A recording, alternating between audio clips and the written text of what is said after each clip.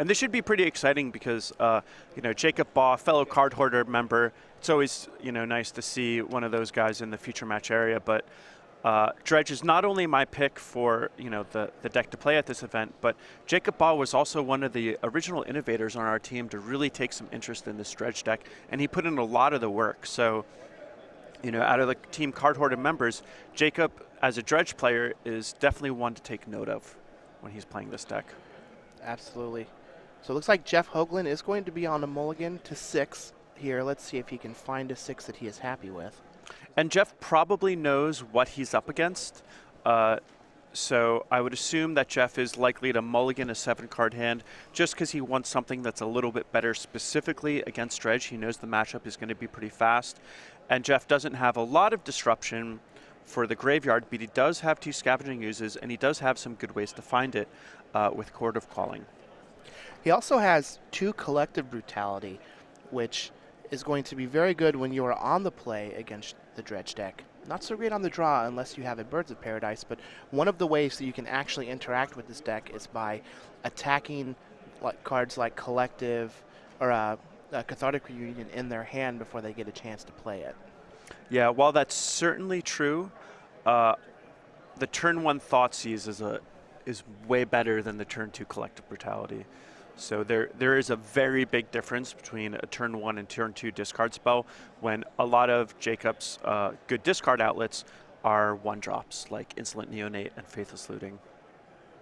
And it looks like Jeff is going to 5. So let's see if he can find a hand that he is deemed acceptable. And what's a little tricky about this is, for Jeff at least, he doesn't actually have that much sideboard hate. He does have access to white, and a lot of times we'll see people play cards like Rest in Peace, but instead Jeff just has 2 surgical extractions. He might be able to get all the way up into a Slaughter Games, but for the most part, I think this is going to be a match that is going to favor Jacob quite a bit, especially considering the mulligan situation. Now that may be true with the sideboard hate, but Jeff also has 3 copies of Ghostly Prison, which are surprisingly exceptional against the Dredge deck. They're trying to go wide, a lot of Bloodghast and Prize Amalgams, and generally aren't going to be generating a lot of mana. So if you can land some number of Ghostly Prisons, it will greatly slow the deck down to the point where Jeff might be able to pull off one of his combo kills. Well, that's definitely true. You also can't ignore Jacob's ability to just loam and conflagrate, Jeff out of the game. So while Ghostly Prison is going to be useful, certainly if we see Jeff on the play with like a turn 1 Birds of Paradise, turn 2 Ghostly Prison, that would be pretty unbelievable, but we'll have to see. That said, there's also a good chance that anticipating some graveyard hate, Jacob Baugh will be bringing in cards like Nature's Claim, Golgari Charm, or Abrupt Decay, all of which are going to be pretty good against Ghostly Prison. It looks like Jeff has found a 4 that he is happy with. Jacob is going to start off with a turn 1 Faithless Looting. Great start so far for the Dredge deck. And we saw a real lopsided matchup last round, excuse me. And we may see something pretty lopsided here with Jeff on the draw and a mulligan to 4 in a matchup that I don't think is particularly great for him. This might end up being a slaughter. All right, well, Jacob is going to discard a Bloodghast and a Prized Amalgam. Jeff is going to just play a Windswept Heath and pass the turn back. Let's see what Jacob can put together here. And Jeff really needs to get a move on. He does have the potential to just gain infinite life and make it so that Jacob can't really kill him. Jeff also has the ability to combo out with Kiki-Jiki, but cards like Conflagrate, which I had mentioned before, not only are they going to be able to go to Jeff's face, but one of the good things about this Dredge deck is it's not all plan A. It has some disruption, and Jacob Baugh can use a card like Conflagrate to kill multiple of Jeff's creatures. So Jacob Baugh is just going to play a Copperline Gorge, give back his Bloodghast, trigger Prized Amalgam, and then cast Conflagrate for 0, just to put it in the graveyard, and then bring back his Prized Amalgam on his end step. Jeff will fall to 19 using his Windswept Heath. He's going to fetch out a Murmuring Bosk. And Conflagrate is so great in this Dredge deck. It's honestly my favorite card in the deck because it acts as a discard outlet You can play it for 0 on turn 1, and then on turn 2, you can dump your hand, which is great for your game plan, while also fireballing your opponent's board for like 6 damage, spread out among any number of creatures that you want. Sometimes when you're against a deck like Affinity, or Infect, or Burn, where they're playing multiple creatures on the opening turns of the game, a turn 1 Conflagrate can really take the wind out of their sails while ramping you into your game plan. All right, so Jacob is going to attack for 5 and knock Jeff down to 14. We'll flash back that Conflagrate, discarding 4 cards to deal 4 more points of damage, knocking Jeff down to 10, and then play his Mountain, which is going to bring back a Prized Amalgam and a Bloodghast. And what's also great about Conflagrate is if you get your opponent down to 10, your Bloodghasts then have haste. So even if Jeff is able to deal with these Bloodghasts with a removal spell, or they end up trading, whenever they come back, they're going to have haste and just be able to get right back into the red zone.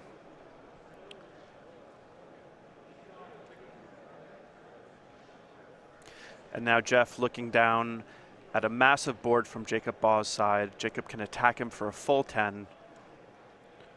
Jeff is certainly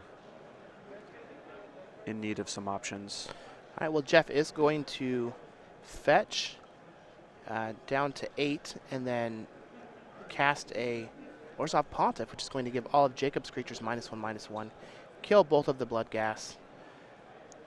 Jacob is just going to draw a card and then unearth his Scourge Devil, which is a 3/3, and when it enters the battlefield, all of your creatures get +1/+0 until end of turn, and that is going to end the game. So Jacob Baugh is going to take a quick game 1 here against Jeff Hoogland, who mulliganed to 4 with his Kiki Core deck. Let's take a look at the sideboards and see what's going to happen. Jacob Baugh has 3 Ravenous Trap, 2 Thoughtseize, 2 Abrupt Decay, 2 Golgari Charm, 2 Collective Brutality, 1 Ancient Grudge, 1 Nod of the Bone, 1 Lightning Axe, and 1 Nature's Claim. How would you sideboard here if you were in Jacob's spot?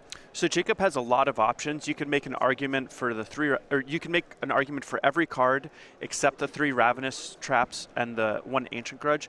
I think the cards that are going to be the best are going to be the 2 Golgari Charms, because they can be used against disruptive cards like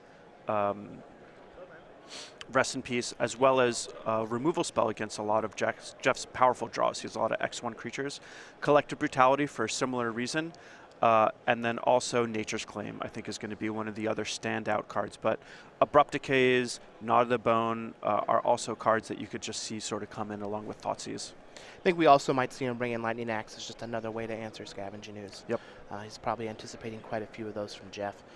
Now on Jeff's side, we have 3 Ghostly Prison, 2 Blessed Alliance, 2 Slaughter Games, 2 Stony Silence, 2 Surgical Extraction, 1 Eidolon of Rhetoric, 1 Engineered Explosives, 1 Fulminator Mage, and 1 Reclamation Sage. How do you think Jeff is going to sideboard? So the cards that I like in the matchup are the 2 Surgical Extractions are the real standouts. The 3 Ghostly Prisons are going to have some good use also. And then I think Engineered Explosives is also likely to come in. He could bring in the 2 Slaughter Games. I'm not really in love with it, but depending on how much room Jeff has to bring cards in, it's certainly something that he could consider, along with Blessed Alliance. Also not a particularly standout card, but if he just feels like he needs a removal spell to buy a little more time, gain a little bit of life, it has some utility, but again, it depends on how much Jeff wants to take out. That makes sense. This is quite a dynamic matchup. Dredge, in particular, is quite a dynamic deck. And you know what other format you can play Dredge in? Tell me. Is Legacy. And Ooh. coming up here, we have Grand Prix Louisville, which will be Legacy, January 6th through the 8th. Hashtag GP Louisville on social media. StarCityGames.com/GP Louisville is the event site. For the Legacy main event, if you register by December 9th, you can receive this exclusive Lotus Petal playmat using the art from the Kaladesh Masterpiece Series Invention, Lotus Petal, and you can get that Progenitus Grand Prix promo. Rumor has it, if you play this event with that playmat, you're likely to mulligan 50% less. That's not guaranteed. Please don't quote us on that. Also, at the Infinite Challenge 3-day badge, $100. You get the playmat and the promo and that Infinite Challenge badge where you can play in all of the challenges over the course of 3 days. I don't have the exact numbers for them, but there are a lot of challenges that you can play in, and it is a great value. I know a lot of people that are going to the tournament might not be interested in playing in Legacy because some of the cards are expensive, but You do have a standard and a modern deck, and you can play in those infinite challenges. Or you can just get a one-day badge for $40. The schedule for all of the challenges is on the website, starcitygames.com/GPLouisville. Also, you can even get the Ultimate Commander for $40. You get a Commander versus playmat, you get an Ultimate Guard Commander, Flip and Tray, Xenoskin, deck case, 100 plus, and 4 Commander 4-player event vouchers. Pretty good value, pretty great deal. You even have a couple special guests. Yeah, you've got Rob Alexander, who's done Underground Sea, one of the hallmark cards, quite frankly, of all Magic's history. And then also you have Christine Sprankle doing some really sweet cosplays. So a lot of fun things to see, whether you want to play or just meet awesome people who do cool stuff. Again, that is Grand Prix Louisville Legacy, January 6th through the 8th. StarCityGames.com/GP Louisville. Make sure that you register early so you can guarantee that you get one of those exclusive Lotus Petal playmats and that sweet Progenitus Grand Prix promo. Yeah, very cool. So in this next game, because Jeff is on the play, I'm really looking for him to have a powerful start. I would love for him to start with something like a Birds of Paradise to ramp up his mana. He has some really powerful things that we can do in this that he can do in this matchup that we didn't really get to see in game 1 because he mulliganed to 4. He does have some cards that specifically will overperform, like Scavenging Ooze, so I could see him wanting to mulligan to those cards, but because he's on the play, I think that he doesn't need to mulligan quite as aggressively because when he's on the play, his just normal game plan is going to be able to go toe-to-toe with the Dredge game plan a little bit more easily. Also, some of those overperformers are creatures, and with this deck having 4 copies of Court of Calling, there are some hands that he'll be able to keep that might not have those impactful creatures, but there are ways that he can find them fairly quickly into the game. Right. And just as like a general, kind of game philosophy sort of thing, when you're on, like if you're against a deck that's of a similar speed, when you're on the play, you're likely to want more of your threats, and when you're on the draw, you want a little more disruption.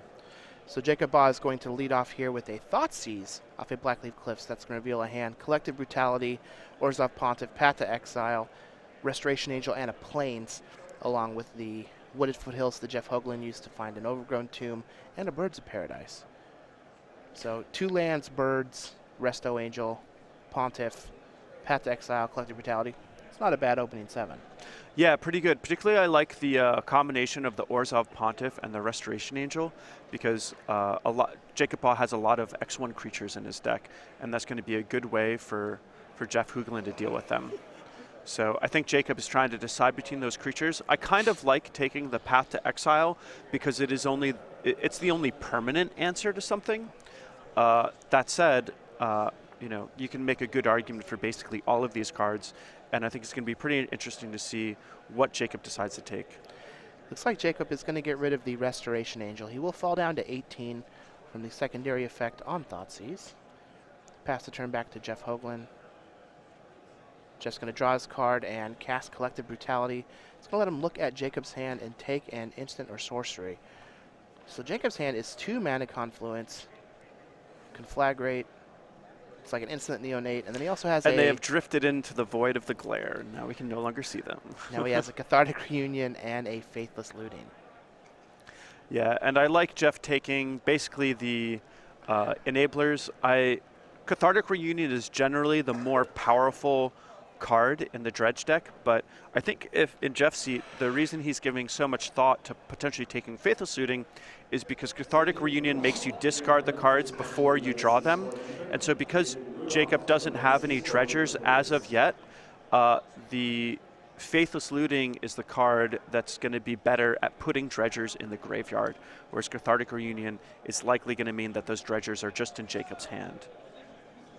So if I was Jeff, I think that I would take the Faithless Looting, even though it's generally thought of as the weaker card in this deck.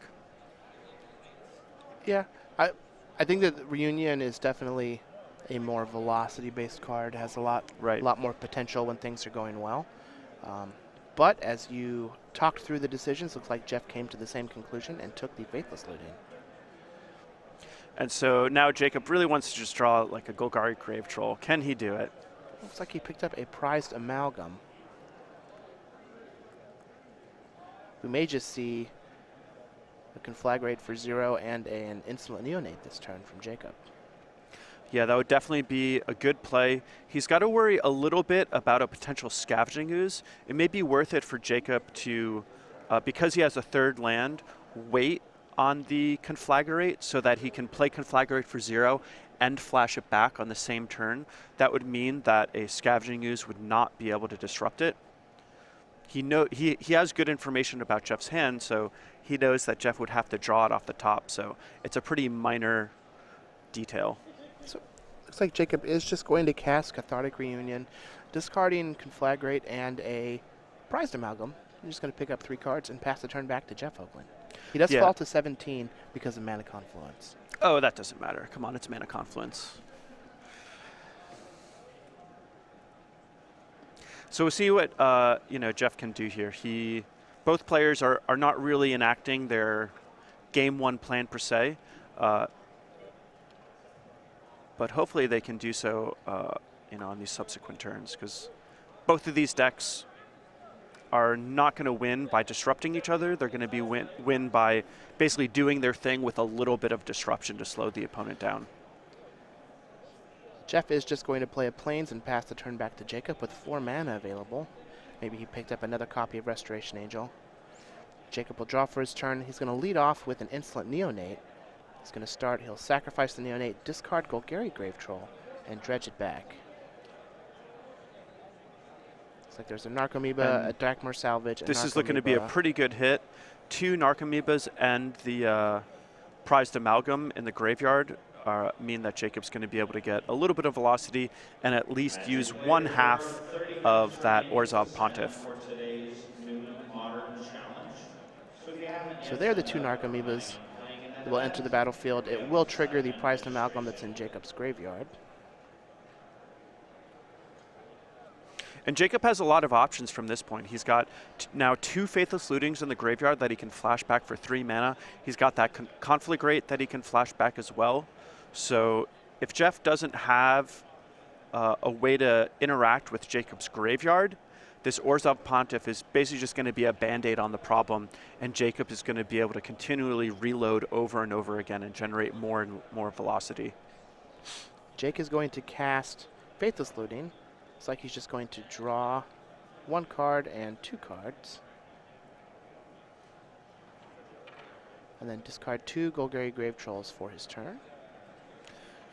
And Jeff really needs to find something like a Surgical Extraction or a Scavenging Ooze real fast, because Jacob is going to start exploding onto the board.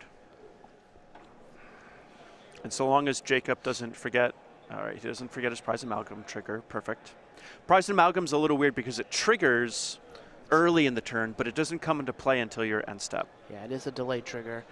Interestingly enough, Jeff is going to pat to exile the Prized Amalgam, but interestingly enough, the Prized Amalgam trigger is one of those unique triggers that, since it's changing zones, you can't really miss it. So in an instance that you happen to miss your Prized Amalgam trigger, don't just blow it off as, oh, I missed my trigger. Call a judge so they can resolve the issue, because when a card is supposed to change zones, they are handled a little differently in the realm of missed triggers than just a normal muster may trigger. Yep. So Jeff has this Orzhov Pontiff, and I think if I were him, I would probably hold it back. Oh wow, and he's got the Scavenging Ooze, so this is huge. So now he needs to decide what he wants to target. He can target the 2 Golgari Grave Trolls to help slow Jacob's Dredge engine down. He could also try to go after the Conflagrate so that Jacob can't potentially wipe his board. If Jeff decides to eat the 2 Golgari Grave Trolls, it'll bump his Scavenging Ooze up to a 4/4, but with a card drawn, Jacob will be able to Conflagrate that Scavenging Ooze for 4. So I like the fact that Jeff is going after the Conflagrate right away. What's also good about this is if Jacob ends up dredging a Golgari Grave Troll and hitting another Conflagrate, Jeff is going to have an opportunity at the end of Jacob's draw step to exile that Conflagrate that has recently been dredged, so that it can't be cast. All right, well, this is a good dredge. It hit 2 Prized Amalgams and a Bloodghast, but Jeff is going to be able to take care of that Bloodghast. And this is one of the defining things about Scavenging Ooze in Jeff Hoogland's deck rather than a deck like Jund. The presence of Birds of Paradise means that you just have more green mana, and Jeff is playing a green-based deck. A lot of times, if an opponent only has one Scavenging Ooze, the Dredge deck can actually just overpower it. And so you need a lot of green mana to go with your Scavenging Ooze to properly fight it. It looks like at this state in the game, Jacob is probably going to be able to overpower the Scavenging Ooze, but we'll see. So it looks like he's going to flash back a Faithless Looting. The first dredge is going to be a Golgari Grave Troll. There's another Prized Amalgam. He's searching for a Bloodghast or a Narcomoeba here to trigger the 3 Prized Amalgams. So one thing that I think I would dredge next is probably the Life from the Loam, because one of the good things that you can do with this deck is just start loaming a bunch of lands, and then even if the Scavenging Ooze gets kind of big, you're still going to be able to conflagrate it. All right, well, there is another Bloodghast, so he will be able to discard a couple Grave Trolls here. Or maybe he'll just discard some of the Narcomoebas that's in his hand, since he'll be able to start playing the Grave Trolls next turn.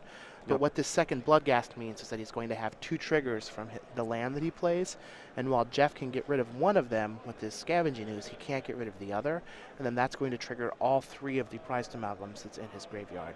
Yeah, and the Prized Amalgams being 3/3s is kind of a big game. Jeff is likely going to need to make his Scavenging Ooze into a 4/4. Otherwise, he's going to have to worry about them just attacking and killing him. One thing that's going to help Jeff quite a bit is the fact that he still has that Orzhov Pontiff. So it's going to be, that is going to be able to deal with all of Jacob's 1 toughness creatures. But Jeff is still going to have to contend with the fact that he's need a little bit more mana. He would really like to be able to play his Orzhov Pontiff and exile a bunch of stuff from Jacob's graveyard, but he really wants just more mana, basically. Jacob is going to Life from the Loam, target Gemstone Mine, Copperline Gorge, and a Mana Confluence. His 2 Bloodghast did come back. Jeff is going to eat one of the Prized Amalgams. See if Jacob is going to attack with those Narcomoebas.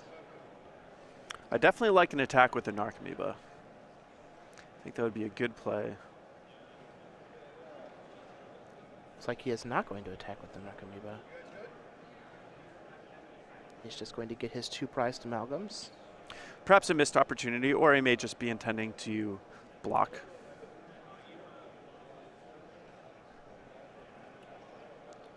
And this Pontiff is going to be real juicy. Yeah, it's going to be pretty good, but again, it's only a temporary solution. It's basically just buying time for the Scavenging Ooze. It may even be worth it to not play the Pontiff, just so that you can exile more stuff from Jacob's graveyard. I kind of like the idea of maybe holding the Pontiff off for another turn and just basically trying to shut down Jacob's Dredge engine. Because as it stands now, all you have to do is exile 1 more creature with that Scavenging Ooze, and then Jacob's attacks aren't really that great.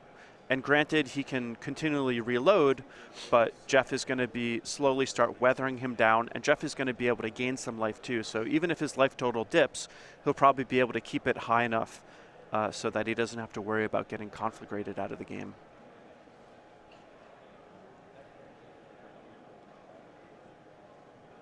Jeff is going to go with the Pontiff. And so I think the defining factor in Jeff playing the Pontiff here is it looks like he drew another Restoration Angel. And so I think he's sort of looking at this and saying, well, I'm going to be able to get multiple Pontiff triggers, so I may be able to just, you know, get close to even running Jacob out of a deck.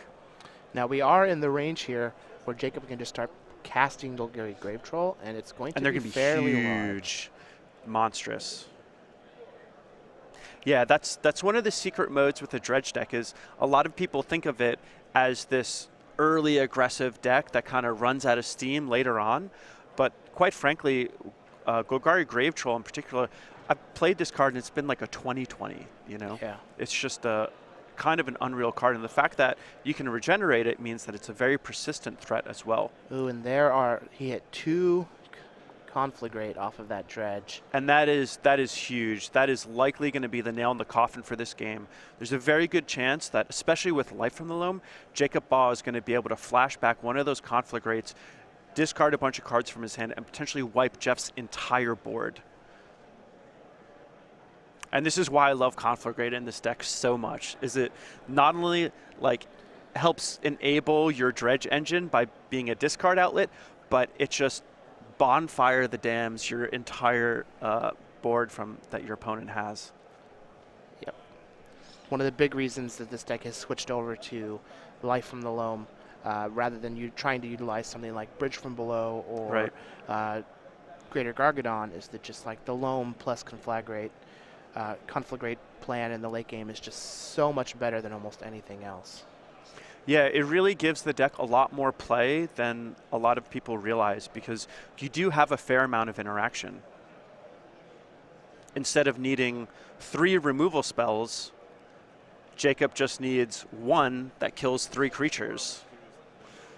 All right, so he's going to flashback Conflagrate for 6, 4 damage on the Scavenging Ooze, 1 damage on Birds of Paradise, 1 damage on Orzhov Pontiff. And it seems like Jacob may be thinking about everything. The one good reason to put 6 damage on the Scavenging Ooze rather than putting any damage on Jeff is Jeff could potentially bump the Scavenging Ooze up to a 4/4 and then maybe have something like Mutagenic Growth. You know, it's pretty unlikely, but I think Jacob's just trying to think of everything and just wants to make sure that that Scavenging Ooze is dead no matter what, and feels like the extra 2 damage on Jeff Hoogland is more or less irrelevant, because Jacob is going to start swinging for huge amounts of damage. All right, so it looks like Jeff is going to eat the other Conflagrate. With the Scavenging Ooze, he's going to haunt onto a Prized Amalgam. Jacob is going to attack for 6 and knock Jeff down to 11. And I believe Jacob, if he wanted, could even flash back another Faithless Looting. He has the mana. I'm not 100% sure if there's one in his graveyard. It definitely looks like there was one.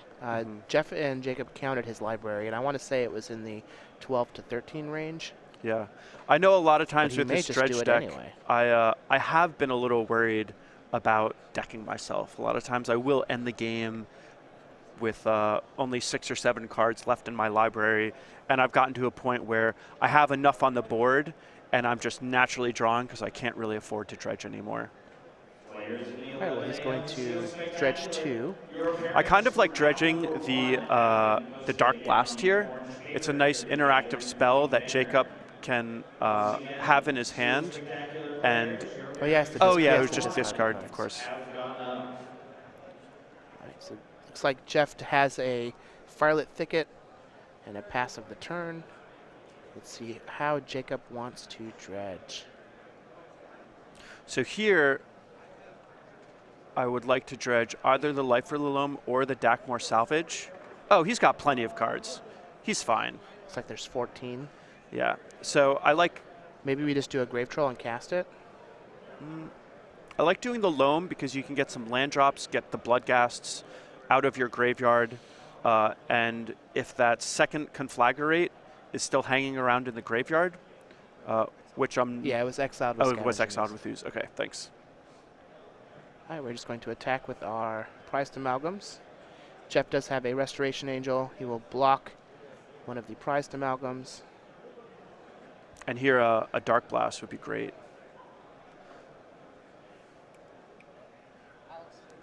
Jeff will Life from the Loam. Or Jacob's going to Loam, getting back Copperline Gorge.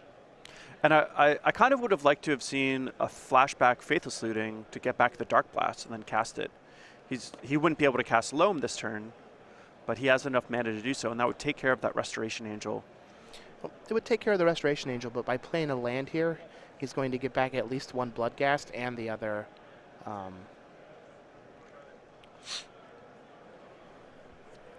Oh, he can actually do it all. Oh, he can do it all. There's the Dark Blast. Oh, of course, because he gets a land drop. And then draw a card. And we'll let him discard a couple of cards, a couple of lands. And so this is going to be a great turn for Jacob Baugh. He's going to be able to build his board, answer Jeff's flash threat, and basically the way is going to be clear for Jacob to win, potentially on the upcoming turn. So we'll get back 2 Bloodghast. Trigger the Amalgam, Dark Blast the Restoration Angel. And this is why Dredge is such a sweet deck. It just gets to do all kinds of stuff. It's a deck that has a lot of lines of play. You can interact with your opponent. You can play a very explosive style of game, or you can play an attrition-based game. There's a lot of flexibility in the Dredge deck. Granted, it gets hated out pretty hard by specific cards like Rest in Peace, but the Dredge deck is well-rounded in my mind enough to even fight through 1 or 2 hate cards. I mean, we saw it easily fight through a Scavenging Ooze this game. I mean, even against Rest in Peace, you can always just play your creatures and attack. Yeah. Mana Confluence does it all. Just ties the room together. Gives you blue mana. I Gives you your do double love me a black. Mana Confluence. All right, well, Collective Brutality is going to drain Jacob Baugh for 2, and Birds of Paradise is going to be on chump duty. So Jacob currently has 7 cards in his library. There's wow. the Scourge Devil. The Scourge Devil is, I feel like that's Jacob Baugh's invitational card. We had a lot of conversations about whether or not it was cuttable, and Jacob was always like, well, there's all these situations, but if you just get Scourge Devil, you just win.